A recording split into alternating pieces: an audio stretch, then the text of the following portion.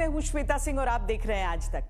दुनिया के सबसे बड़े लोकतंत्र के प्रधानमंत्री की जब दुनिया के सबसे अधिक परमाणु हथियारों वाले देश के राष्ट्रपति से मुलाकात हुई तो पूरे विश्व की निगाहें भारत पर टिक गई। कहते हैं कूटनीति को समझना बड़ा मुश्किल होता है, लेकिन उसी कूटनीति को समझाने के लिए हम जरा सरल तरीके से आज आपके सामने हैं। मेरे हाथ में ये एक रशियन डॉल है, इसे मातृष्का कहते हैं। लेकिन ये केवल एक सामान्य डॉल नहीं होती है। वहां की जो पारंपरिक डॉल है, इसमें एक डॉल के भीतर आपको दूसरी डॉल दिखेगी, ठीक उसी तरीके से जैसे रूस में और रूस के साथ रिश्तों की परतें होती हैं। एक के भीतर एक, दूसरे के भीतर तीसरा। इसी तरीके से जैसे इस मातृष्का डॉल के भीतर से आपको अलग अलग परतें निकल रही हैं। कहते हैं सबसे बड़ी जो मातृष्का डॉल रही उसमें तो 51 इस तरीके से डॉल्स निकलती थी। लेकिन ये डॉल्स दिखाने का मतलब दरअसल ये है कि कूटनीति कभी भी सीधी सरल सपाट होती नहीं है, इतने ही परतों से भरी हुई होती है। इस साल की शुरुआत से देख लीजिए तो भारत को भी न जाने कितनी परतों में कूटनीति करनी पड़ी है, कुछ अपने पड़ोसियों के साथ, कुछ अमेरिका जैसे देशों के साथ। लेकिन उन सारी चीजों के बीच भारत की कूटनीति के हर पहलू पर पेश है श्वेत पत्र।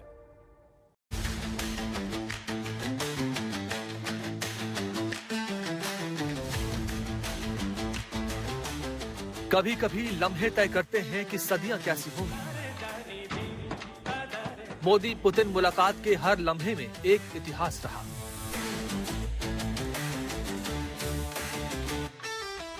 प्रोटोकॉल ऐसे टूटे कि रूस हैरान रह गया।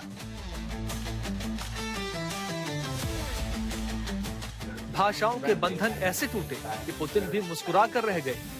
योर एक्सीलेंसी माय फ्रेंड राष्ट्रपति पुतिन, डोबरी दिन। टूट गई वो धारणाएं कि किसी सुपर पावर के दबाव में टूट सकती है भारत रूस की दोस्ती। तय हुआ कि ये दोस्ती हम नहीं तोड़ेंगे। ठीक 25 वर्ष पहले राष्ट्रपति पुतिन ने हमारी स्ट्रेटेजिक पार्टनरशिप की नींव रखी थी। 15 वर्ष पहले 2010 में हमारी साझेदारी को special and privilege strategic partnership का दर्जा मिला। We are also seeing successful partnership in energy. Russia is a reliable supplier of oil, gas, coal and everything that is required for the development of India's energy. तय हुआ कि एक दूसरे का साथ नहीं छोड़ेंगे। भारत के प्रति इस गहरी मित्रता और अटूट प्रतिबद्धता के लिए मैं राष्ट्रपति पुतिन का, मेरे मित्र का हृदय से आभार व्यक्त करता हूं। We are ready to continue uninterrupted shipments of fuel for the fast-growing Indian economy. तय ये भी हुआ कि चुनौती टेररिज्म की हो या टैरिफ की, मुकाबला मिलकर करेंगे। आतंकवाद के विरुद्ध लड़ाई में भारत और रूस ने लंबे समय से कंधे से कंधा मिलाकर सहयोग किया है। भारत का अटल विश्वास है कि आतंकवाद मानवता के मूल्यों पर सीधा प्रहार है और इसके विरुद्ध वैश्विक एकता ही हमारी सबसे बड़ी ताकत है। У нас была возможность, дали мне такую возможность подробно рассказать о том, что происходит на как раз украинском направлении и что нами предпринимается совместно с некоторыми другими партнерами, в том числе с Соединенными Штатами, по вопросу возможного мирного урегулирования. 2030 तक यानी आने वाले 5 वर्षों में व्यापार, निवेश, लॉजिस्टिक्स, नई तकनीक, ऊर्जा और कनेक्टिविटी जैसे सेक्टरों में विस्तार की सुपर डील के जरिए ऐसा आर्थिक रोड मैप तैयार हुआ है जिसका असर धीरे धीरे दुनिया देखेगी। आर्थिक सहयोग को नई ऊंचाइयों पर ले जाना हमारी साझी प्राथमिकता है। इसे साकार करने के लिए आज हमने 2030 तक के लिए एक इकोनॉमिक कोऑपरेशन प्रोग्राम पर सहमति बनाई है। मोदी पुतिन मुलाकात से भारत में क्या बदलेगा? मोदी पुतिन मुलाकात का दुनिया पर क्या असर पड़ेगा? क्या ये मुलाकात अमेरिकी टैरिफ नीति पर भारी है? क्या ये मुलाकात नए वर्ल्ड ऑर्डर का संकेत है? क्या ये मुलाकात विश्व राजनीति में भरोसे की सबसे बड़ी गारंटी है? मानवता को अनेक चुनौतियों और संकटों से गुजरना पड़ा है और इन सब के बीच भी भारत रूस मित्रता एक ध्रुव तारे की तरह बनी रही। ध्रुव तारे से दोस्ती रास्ते दिखा रही है, खासकर तब जब चुनौतियां दोनों तरफ हैं। 25 साल पहले भारत और रूस के बीच रणनीतिक साझेदारी की घोषणा हुई थी। इसी साझेदारी की 25वीं वर्षगांठ पर दोनों देशों के बीच 19 अहम समझौतों पर हस्ताक्षर हुए।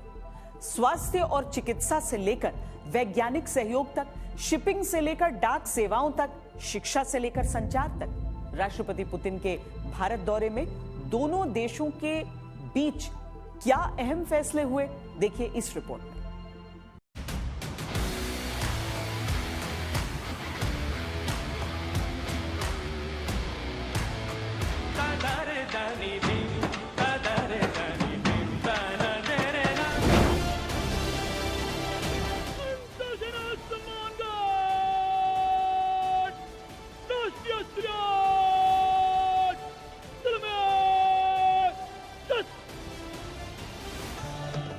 वैष्णवजन तो तेने कहिए जे पीड़ पराई जाने रे।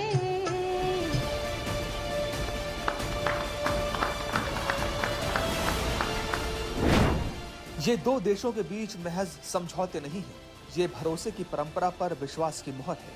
ये वो दस्तावेज हैं जो कहते हैं सलामत रहे दोस्ताना हमारा। ये वो हस्ताक्षर हैं जो गवाही देते हैं दो देशों की विश्वसनीयता की, एक दूसरे की जरूरत की, एक दूसरे पर निर्भरता की।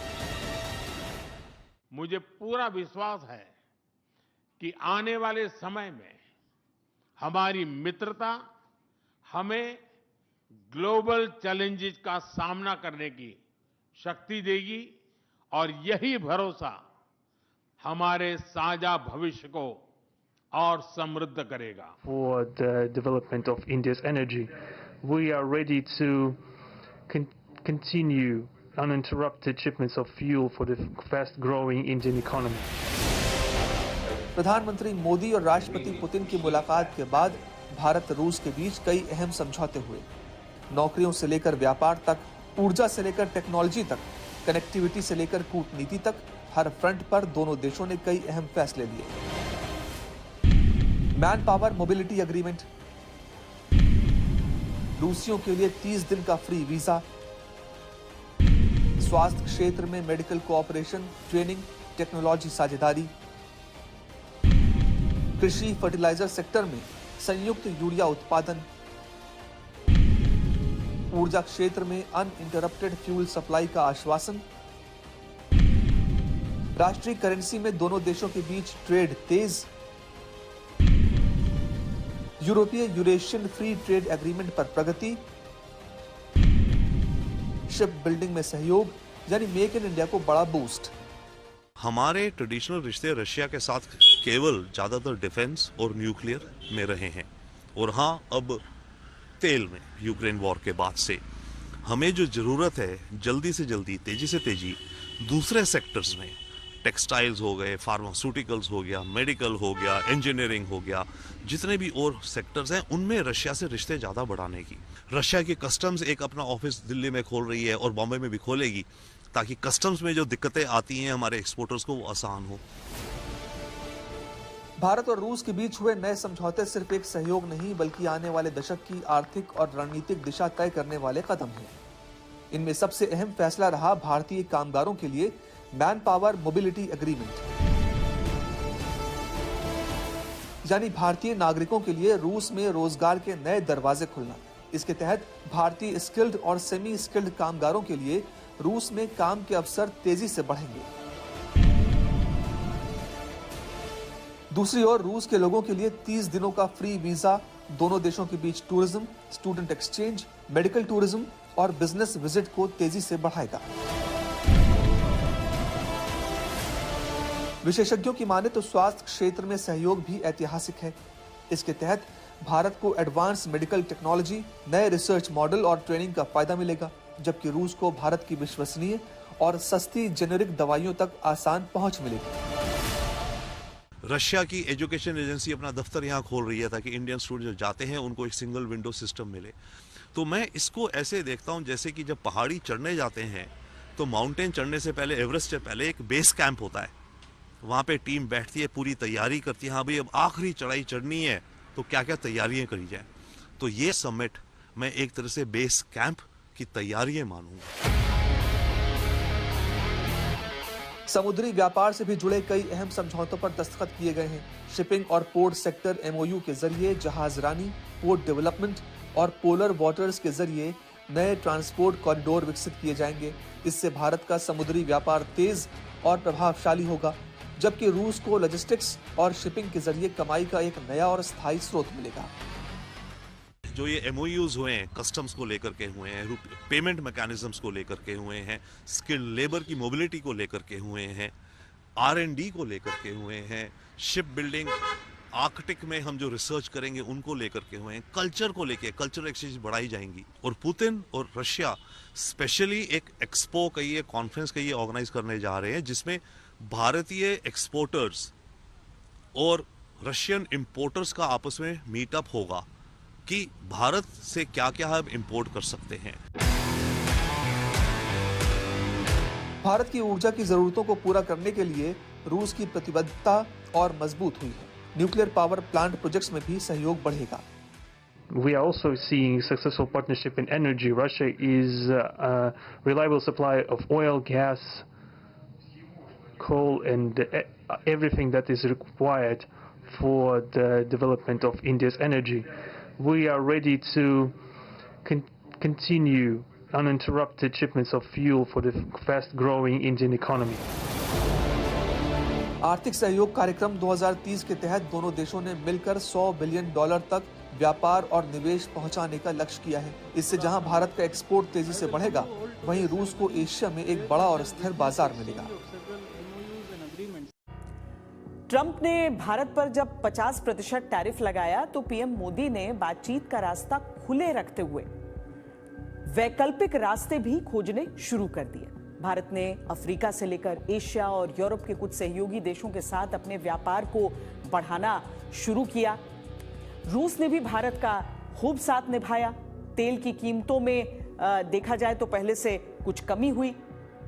अब भारत रूस ने नई दिल्ली में जो पंचवर्षीय डील की है, उससे अमेरिका को भारत के खिलाफ मुमकिन है अपनी टैरिफ नीति पर पुनः विचार करना पड़े।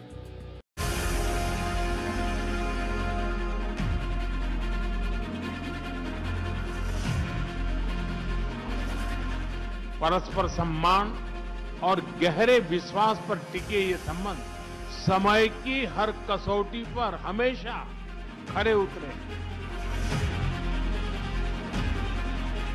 Modi, India is conducting an absolutely independent and sovereign policy.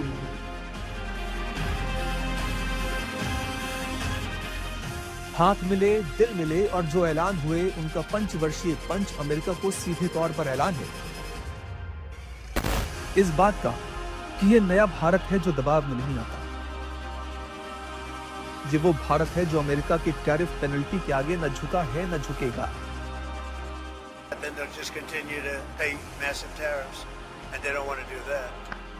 Bharat और रूस ने मिलकर 2030 तक यानी 5 साल के साझे लक्ष्य तय किए हैं और लक्ष्यों से स्पष्ट है कि भारत पर 50% टैरिफ की ट्रंप नीति का कोई असर है ही नहीं।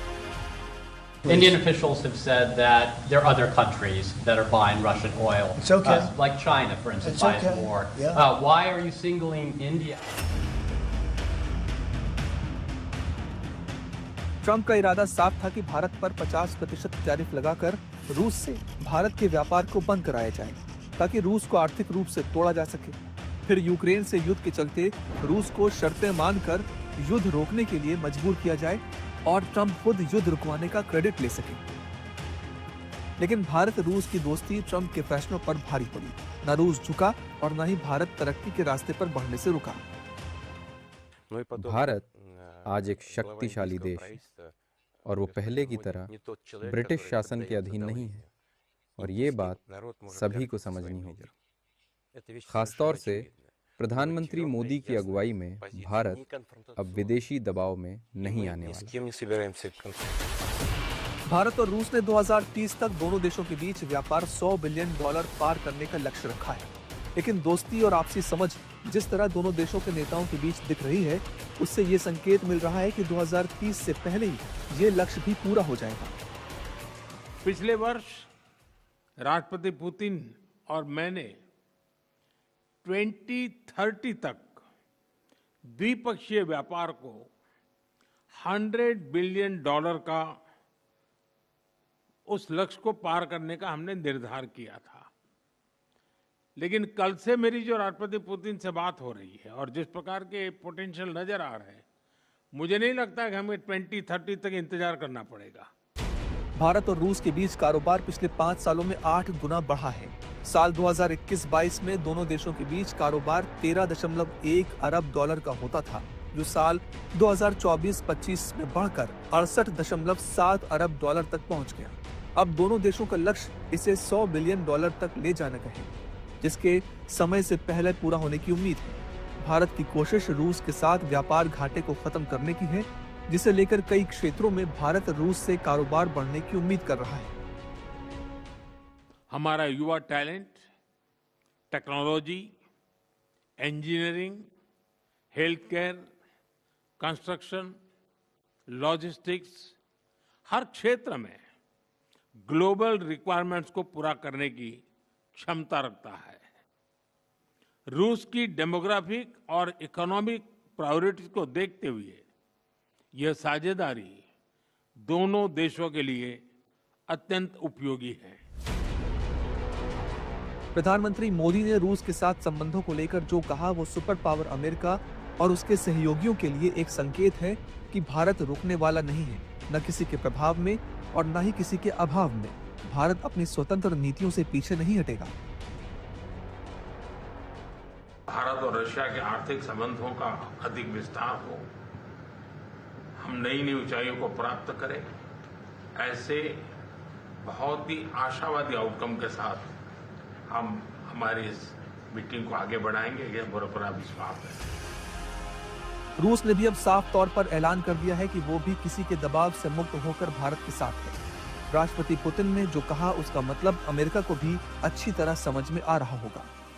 भारत से कारोबार एक साल में 12% बढ़ा, $100 बिलियन कारोबार का संकल्प लिया गया। भारत को बेरोक टोक तेल देते रहेंगे, भारत को हथियारों की सप्लाई जारी रहेगी और भारत रूस आपस में रणनीतिक साझेदारी और मजबूत करते रहेंगे। Last year, our bilateral trade turnover has grown by 12%, setting another record. According to different data, we are up to the task of getting this number to the level of $100 billion. राष्ट्रपति Putin ने भारत की सरजमीन से America को आईना भी दिखाया। जहां तक भारत की ओर से रूस से ऊर्जा संसाधनों की खरीद की बात है, तो मैं साफ कर दूं कि अमेरिका अब भी अपने न्यूक्लियर पावर प्लांट्स के लिए हमसे परमाणु ऊर्जा की खरीद करता है। इनमें अमेरिका में चल रहे न्यूक्लियर पावर प्लांट्स के लिए यूरेनियम भी शामिल है।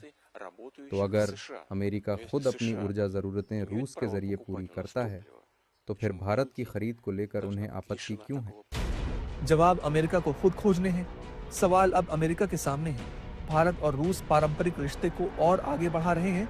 आने वाले समय में अभी और साझेदारियां हो सकती हैं।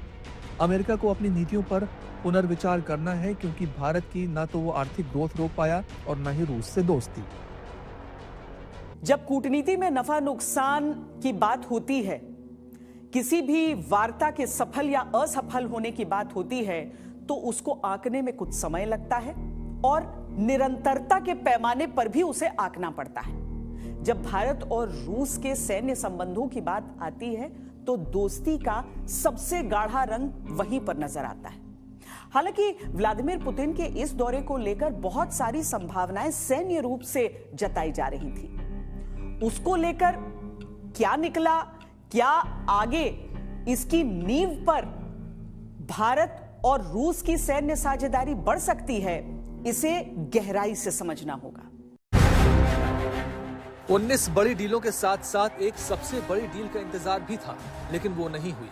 भारत और रूस के बीच कोई नई रक्षा डील साइन नहीं की गई। इसका मतलब ये हुआ कि जो मौजूदा डीलें हैं वो जारी रहेंगी, लेकिन किसी भी नए उपकरण या हथियार की खरीद पर मुहर नहीं लगी। एक ध्रुव तारे की तरफ बनी रही। जो पुतिन साहब की विजिट है उनके डेलीगेशन की, वो यही बार के सस्टेनेबल ग्रोथ और सप्लाई चेन रशिया के साथ कैसे बढ़े। तो मुझे लगता है कि ये फोरम की मीटिंग के बाद अगले साल हम इसका नतीजा देखेंगे और हमारा एक्सपोर्ट कई एरिया में जो नहीं था वहाँ बढ़ेगा। 5 दिसंबर को भारत और रूस के बीच समझौता हुआ कि रूसी मूल के हथियारों और रक्षा उपकरणों की देखरेख के लिए जरूरी स्पेयर पार्ट्स का संयुक्त रूप से निर्माण भारत में ही किया जाएगा। ये मेक इन इंडिया के लिहाज से बड़ा कदम है। इसके तहत टेक्नोलॉजी ट्रांसफर और ज्वाइंट वेंचर के जरिए भारतीय सशस्त्र बलों की जरूरतें पूरी होंगी और हथियारों का निर्यात भी संभव होगा।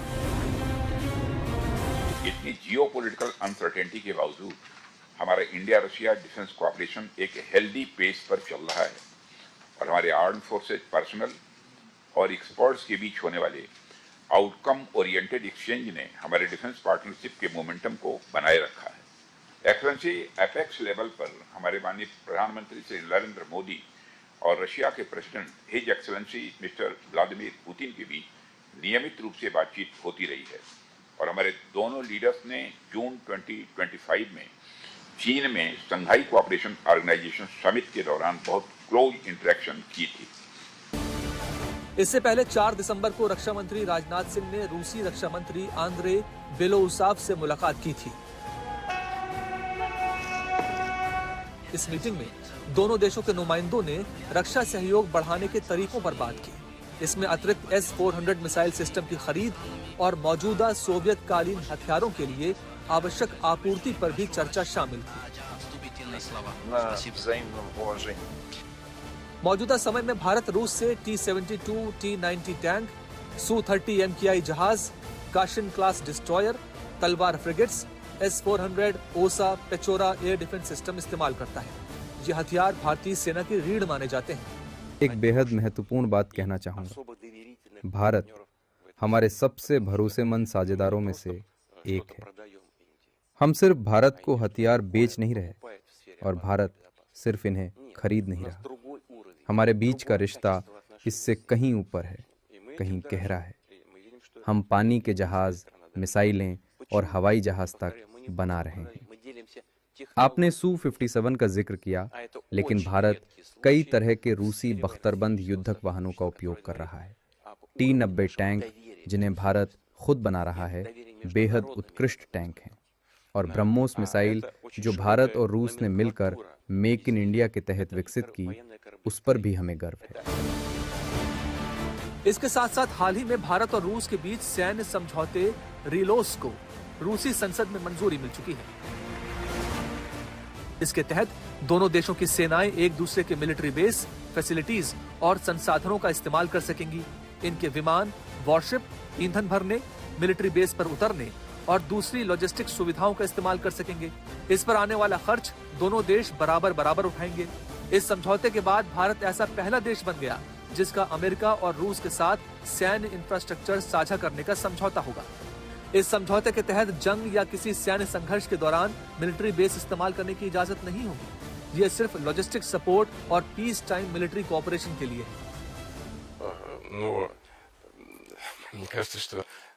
मैं समझता हूं कि भारत से आज दुनिया का कोई भी देश वैसे बात नहीं कर सकता जैसे आज से 77 साल पहले किया करता था।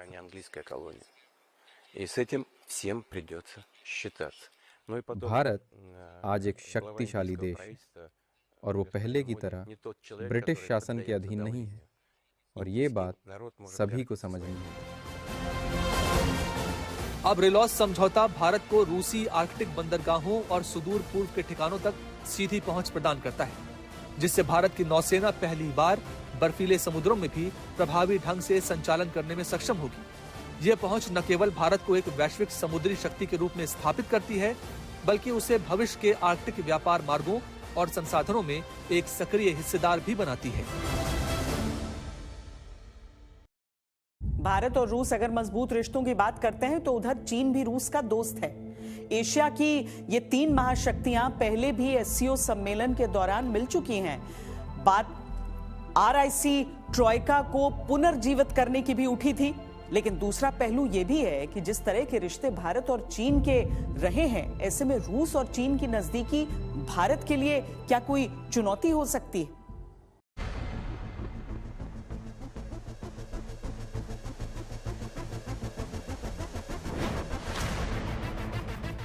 रूस और भारत की दोस्ती तो पुरानी है, नए रूप में और भी निखर रही है। लेकिन रूस की घनिष्ठता चीन के साथ भी है, जिसके साथ भारत के रिश्ते जटिल रहते हैं। क्या इसका भारत रूस के संबंधों पर असर पड़ सकता है?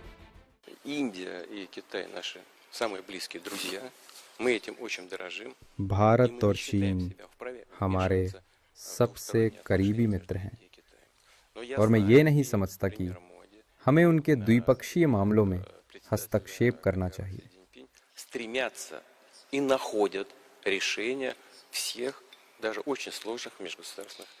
मैं जानता हूं कि प्रधानमंत्री मोदी और राष्ट्रपति जिनपिंग जटिल और विवादित मसलों पर किसी नतीजे तक जरूर पहुंचेंगे।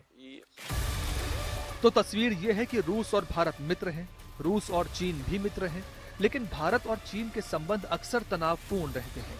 भारत के हवाले से ये प्रश्न उठना लाजमी है कि रूस कैसे बैलेंस करता है और कैसे बैलेंस करेगा।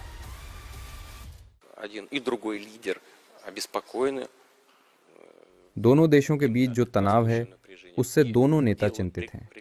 वो समस्या का समाधान भी करना चाहते हैं, प्रयास कर भी रहे हैं, नतीजे पर भी पहुंचेंगे। मैं उन दोनों के लिए बहुत खुश हूँ। मैं नहीं समझता कि मुझे हस्तक्षेप करना चाहिए। ये द्विपक्षीय मामले हैं।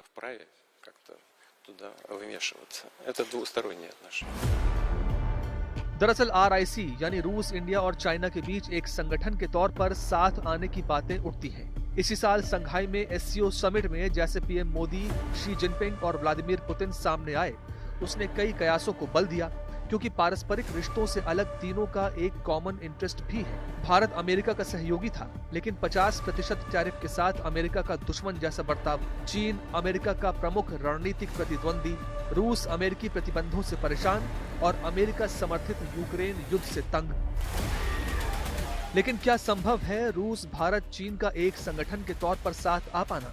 इसमें कई पेचीदगियां हैं। रूस भारत का साथी है, लेकिन चीन के अतिवाद के खिलाफ भारत के समर्थन की जगह शांत रहता है, क्योंकि रूस के संबंध चीन से सबसे अधिक प्रगाढ़ है। रूस भारत पाकिस्तान के मुद्दे पर भारत का साथ देता है, लेकिन चीन के मामले में चुप्पी साध देता है। अब इसी तरह अगर चीन के साथ भारत के संबंधों को देखा जाए तो भारत चीन के बीच सबसे बड़ी समस्या उनका लंबा सीमा विवाद है। हिमालय क्षेत्र में 3488 किलोमीटर की एक अस्पष्ट सीमा को लेकर उनके बीच मतभेद हैं। 1962 में ये मतभेद जंग में तब्दील हो गए थे और आज भी तनाव बना हुआ है। 2020 में लद्दाख की गलवान घाटी में दोनों देशों के सैनिकों में हिंसक झड़प हो गई। इससे राजनयिक संबंध ठंडे पड़ गए। नई दिल्ली ने चीनी नागरिकों के लिए पर्यटक वीजा निलंबित कर दिया और तकनीकी आयात पर प्रतिबंध लगा दिए। बात सिर्फ सीमा विवाद तक ही सीमित नहीं है। हाल ही में भारत ने जब पाकिस्तान के खिलाफ ऑपरेशन सिंदूर शुरू किया तो प्रत्यक्ष रूप से चीन की तरफ से उसे मदद मिली। इसके अलावा पाकिस्तान पोषित आतंकियों को बचाने में चीन हमेशा आड़े आता रहा।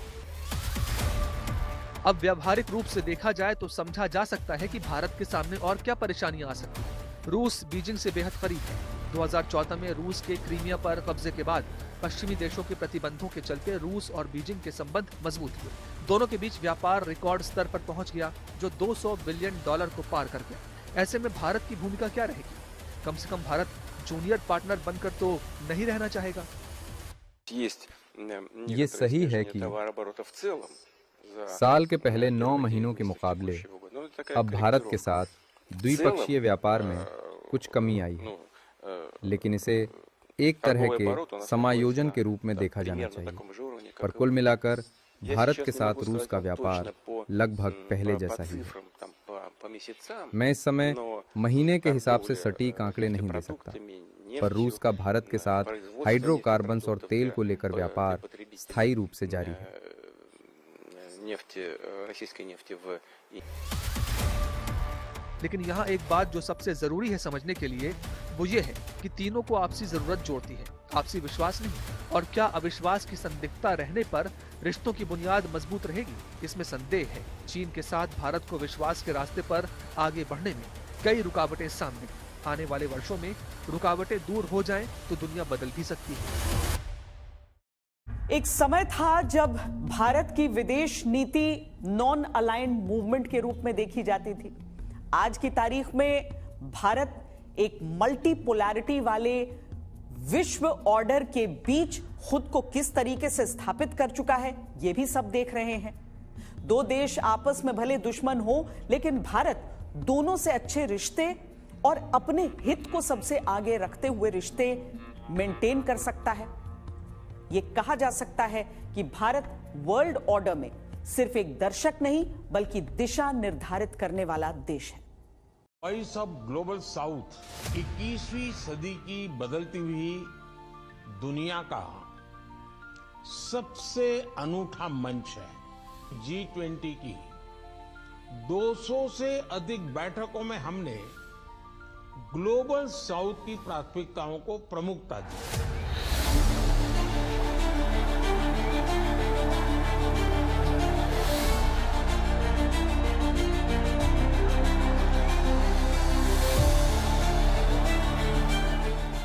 प्रधानमंत्री नरेंद्र मोदी की साख दुनिया भर में लगातार बढ़ रही है। वो आज एक ऐसे नाम बन गए हैं जिसने पिछले कुछ सालों में वैश्विक मंचों पर भारत की आवाज को नई ऊंचाई दी है। विकासशील देशों की बात जब भी सामने आती है तो दुनिया सुनती है कि भारत क्या कह रहा है।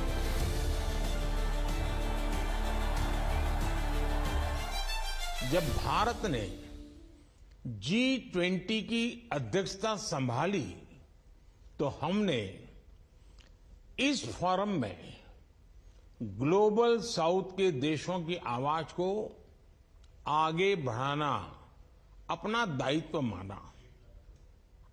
हमारी प्राथमिकता थी कि G20 को ग्लोबल स्केल पर समावेशी और ह्यूमन सेंट्रिक बनाया जाए।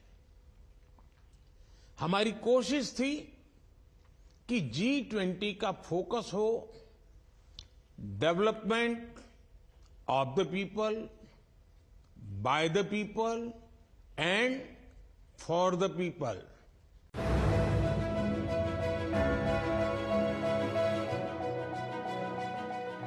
ये सिर्फ भारत की G20 अध्यक्षता या बड़े समिट्स की वजह से नहीं, बल्कि उस कूटनीतिक रणनीति की वजह से है जिसके केंद्र में ग्लोबल साउथ को रखा गया है।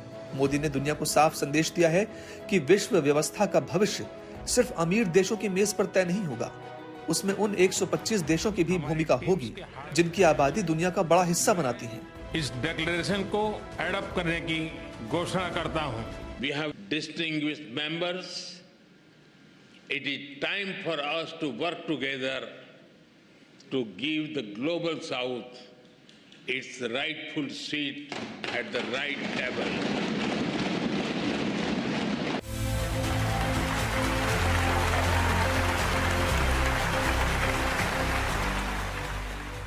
भारत ने जब voice of Global South summit का आयोजन किया तो दर्जनों देशों को एक साथ लाकर बताया कि भारत अब सिर्फ मंच पर मौजूद एक देश नहीं, बल्कि मंच तैयार करने वाला देश है। G20 की अध्यक्षता इसका सबसे बड़ा उदाहरण बनी। भारत ने एजेंडा सेट किया, प्राथमिकताएं तय की और दुनिया को यह दिखाया कि उभरती अर्थव्यवस्थाओं की चुनौतियां किसी भी ग्लोबल चर्चा का हिस्सा बने बिना हल नहीं हो सकती। We, the global South, have the largest stakes in the future. 3/4 of humanity lives in our countries. We should also have equivalent voice. Global south में दुनिया के विकासशील देश आते हैं। इसमें एशिया, अफ्रीका और दक्षिण अमेरिका के कई देश शामिल हैं, जबकि ग्लोबल नॉर्थ में विकसित देश आते हैं। इसमें अमेरिका, कनाडा, रूस, यूरोप, ऑस्ट्रेलिया और न्यूजीलैंड आते हैं।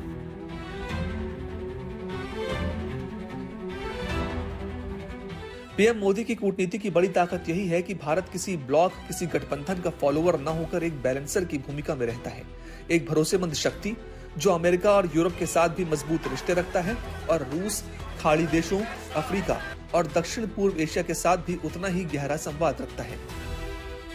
भारत और रूस के बीच यूएन, G20, ब्रिक्स, SCO तथा अन्य मंचों पर करीबी सहयोग रहा है। करीबी तालमेल के साथ आगे बढ़ते हुए हम इन सभी मंचों पर अपना संवाद और सहयोग जारी रखेंगे। एक्सेलेंसी, मुझे पूरा विश्वास है कि आने वाले समय में हमारी मित्रता हमें ग्लोबल चैलेंजेस का सामना करने की शक्ति देगी और यही भरोसा हमारे साझा भविष्य को और समृद्ध करेगा।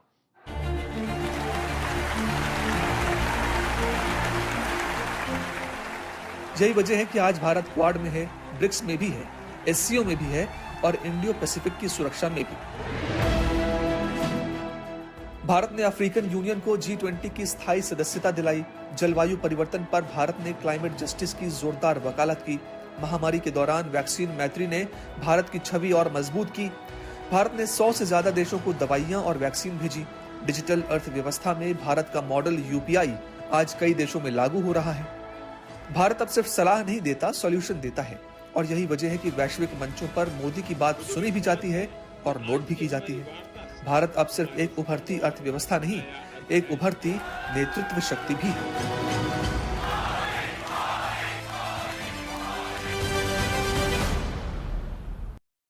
श्वेत पत्र में अभी के लिए इतना ही। देश और दुनिया की बाकी खबरों के लिए आप देखते रहिए आज तक।